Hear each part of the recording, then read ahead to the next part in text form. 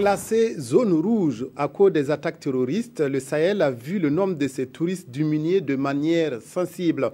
Et pourtant, la région regorge de potentialités touristiques qui constituent une source de revenus pour les populations. Depuis 2012, les expéditions touristiques se sont faites rares aux grandes dames des professionnels et des Sahéliens. Martin Ouedraogo, Bernard Diasso, Adori. Au Burkina, le Sahel occupe le deuxième rang après la région de l'Ouest en termes de fréquentation touristique.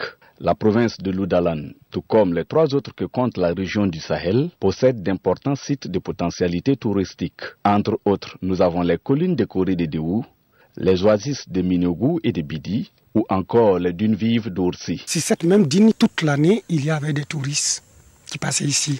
Mais il est difficile réellement d'estimer, mais c'est une ville, un village très très touristique. Il y a des moments quand tu arrives ici, tu penses qu'il y a plus de blancs que de l'habitation.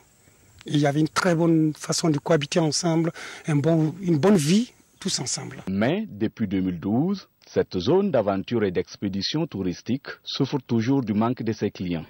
Cette situation a occasionné la fermeture des structures d'accueil et un chômage au sein des populations. À l'heure où nous sommes allés, là, nous sommes d'abord abandonnés. Ça, c'est un. Tout le monde a peur de venir, que ce soit blanc ou noir, a peur de venir, puisque c'est une zone rouge selon eux.